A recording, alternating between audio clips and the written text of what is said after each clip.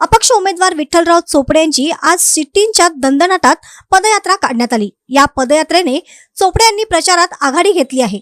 इचलकरंजी विधानसभा मतदारसंघातील अपक्ष उमेदवार विठ्ठल पुंडलिक चोपडे यांची प्रचार फेरी कबनूर येथे वॉर्ड नंबर 3, 4, 5 व कबनूर गावभागातून काढण्यात आली।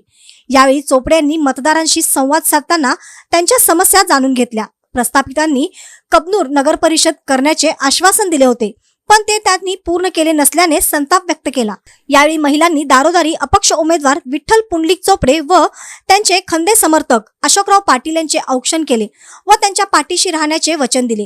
यावेळी राहुल कांबळे, दगडू कुंभार, बबन इंगळे, निशिकांत पाटील, सुनील इंगळे, मालन माने, इम्रान संधी, अनिल पाटील, कबीर हजारी, राजू सुतार, नजीम मुल्ला, प्रवीण बोरगले, सचिन कांबळे, दरगोंडा पाटील, अंजली बोरगले, ललिता जाधव व कबनूर मधील असंख्य कार्यकर्ते, मतदार बंधू भगिनी यांचा उत्स्फूर्त प्रतिसाद मिळाला।